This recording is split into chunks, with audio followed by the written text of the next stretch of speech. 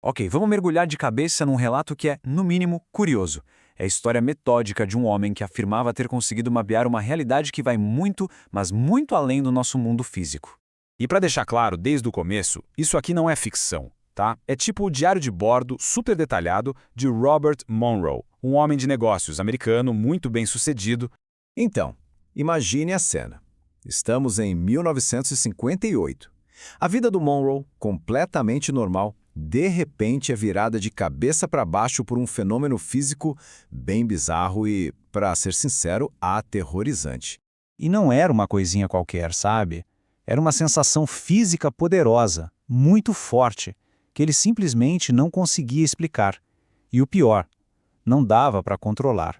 E o que torna tudo isso ainda mais fascinante é quem ele era. O Monroe não era nenhum místico, nenhum guru, pelo contrário. Era um executivo de rádio, um cara super pragmático, pé no chão, focado em ciência e negócios. Ele não estava procurando nada disso. Foi o transcendental que o encontrou. E isso talvez o tenha tornado o explorador mais improvável e, para muita gente, o mais confiável dessa história toda. Bom, aquelas vibrações estranhas, elas não pararam por aí não.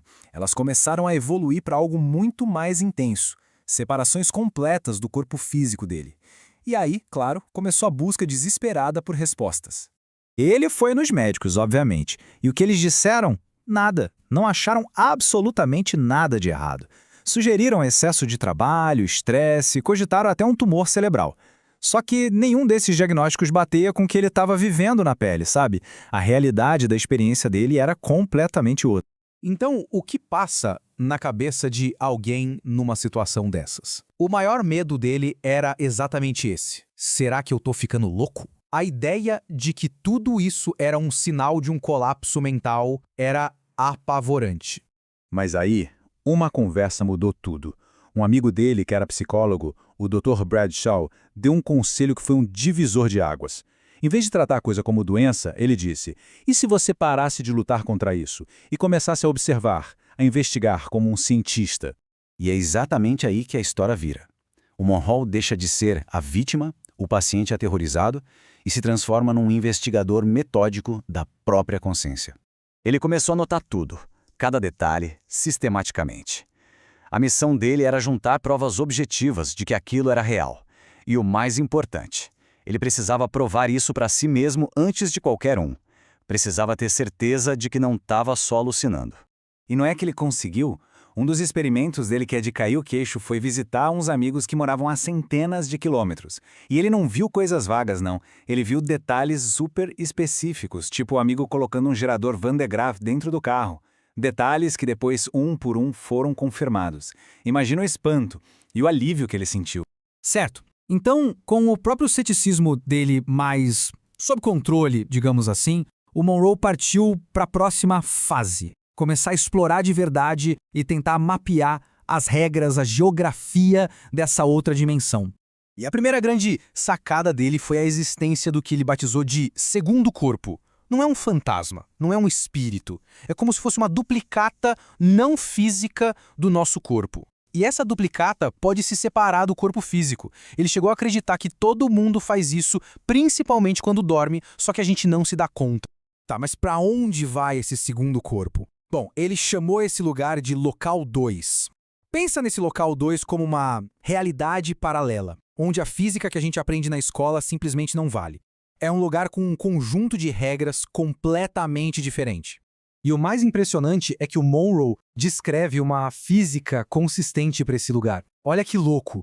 Pensar em se mover é se mover. A comunicação é telepática, instantânea. Não existe tempo do jeito que a gente conhece. Isso é o que diferencia a experiência dele de um sonho comum, entende? Existem regras, existe uma lógica a ser aprendida ali. E tudo isso levou à descoberta que ele considerava a mais profunda de todas. Um estado de ser, de paz absoluta, de amor incondicional, um lugar que ele simplesmente chamou de casa. Para ele era como se ali fosse a nossa origem, o lugar de onde tudo veio. Mas a jornada do Monroe não foi só para ele. Ele sentiu que tinha uma responsabilidade, sabe? De mapear esse caminho. Então ele decidiu criar um guia prático para que outras pessoas pudessem tentar seguir os passos dele. O objetivo era justamente esse: oferecer um mapa, para evitar que outras pessoas passassem pelo mesmo terror e pela mesma confusão que ele passou lá no comecinho de tudo. E como ele fez isso? Ele quebrou o processo em etapas lógicas. Primeiro, relaxar profundamente, chegar naquele ponto entre estar acordado e dormindo. Segundo, aprender a identificar e até a controlar aquelas vibrações, que eram o grande sinal. E por fim, o passo final: usar a intenção, a força de vontade para descolar o segundo corpo do corpo físico. Basicamente, ele transformou o que parecia mágica numa técnica que poderia ser aprendida. Então, no final das contas, o trabalho do Monroe, que é essa mistura de relato pessoal com pesquisa metódica, deixa a gente com umas perguntas, bem, surpreendentes sobre a natureza da nossa realidade. E qual o alcance disso tudo? Olha, o Monroe fez uma estimativa bem conservadora. Ele achava que talvez 1 em cada 1000 pessoas pudesse ter essa capacidade de fazer isso de forma consciente e controlada. Pensa no que isso significa em escala global. É muita gente. Porque as implicações disso são gigantescas. Se o que o Monroe relatou for, mesmo que só em parte verdade, isso desafia as bases da nossa ciência, da psicologia, até da religião. A simples ideia de que a consciência não é só um produto do cérebro, mas algo que usa o cérebro, isso muda o jogo completamente. E vale a pena reforçar, o objetivo do Monroe não era provar que existe vida após a morte, nem criar uma religião nova. Ele se via como um explorador. Ele estava apresentando o mapa dele não como uma verdade absoluta, mas como um convite para que outros pioneiros continuassem essa investigação. E, do fim, a jornada dele nos deixa com essa pergunta. Uma pergunta que dá até vertigem e que ecoa até hoje. Se a consciência não está presa dentro do cérebro, então, o que nós somos, afinal?